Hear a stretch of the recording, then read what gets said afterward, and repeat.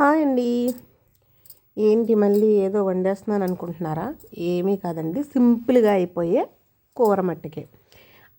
Stove on చేసి పెట్టేసుకుని oil వేసుకుని చిన్న ముక్కలు కట్ చేసుకున్న ఉల్లిపాయ ముక్కలు, పొడుగ్గా చీల్చుకున్న పచ్చిమిర్చి ముక్కలు వేసుకుని వేపేసుకుందాం. ఇది కూరే వండుతున్నానండి, చాలా సింపుల్గా అయిపోతుంది. మీరు కూడా చూడండి. ఇప్పుడు లంచ్ బాక్సులు పిల్లలందరికీ కూడా అలాంటప్పుడు ఈ కర్రీ తొందరగా అయిపోతుంది. ఉల్లిపాయ ముక్కలు వేగిన తర్వాత పసుపు, కారం, ఉప్పు వేసుకుని ఒకసారి కలిపెట్టేసుకుందాం. ఇప్పుడు మంచి సీజన్ ఏంటనుకుంటున్నారు? చింత చిగురు.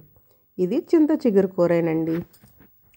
పచ్చి రొయ్యల్లో వేసుకుని ఇష్టపడకుండా, పచ్చి రొయ్యలు వేస్తే చాలామందికి ఇష్టం ఉండదండి, రొయ్యలు తినలేని వాళ్ళకి. అలాంటప్పుడు ఇలా వండుకుంటే బాగుంటుంది. ఇప్పుడు చిన్న గ్లాసు నీళ్ళు వేసి మూత పెట్టాను. అది అలా ఉడుకుతూ ఉంది కదా ఉల్లిపాయ ముక్కలు. ఇప్పుడైతే 2 గుడ్లు చితగొట్టి ఇందులో వేసేసుకుందాం.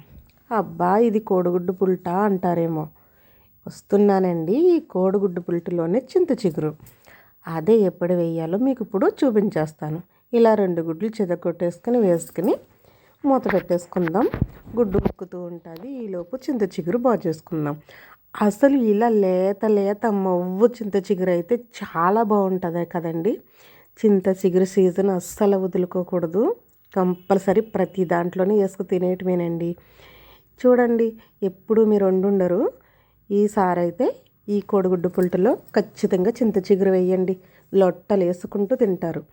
ఇలా నలిపేసుకుని ముద్రకాళ్ళు ఉంటాయి తీసేసుకుని, ఇదిగోండి కోడిగుడ్డు అయితే ఉక్కిపోయింది. ఇప్పుడైతే మన చింత చిగురుని ఇందులో వేసేసుకుందాం. ఇదిగోనండి చింత చిగురు. ఇలా వేసేసుకుంటే ఎవరైనా వండారా? ఇలా వండితే నాకు కామెంట్ చేయండి.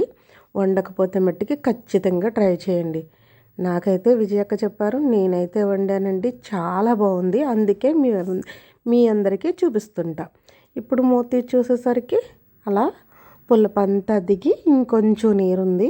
ఇంకొంచెం పొడిలాడిందంటే మన కోడిగుడ్డు చింత చిగురు కర్రీ రెడీ. ఇదిగో చూడండి. ఓకే, రెడీ అయిపోయిందండి.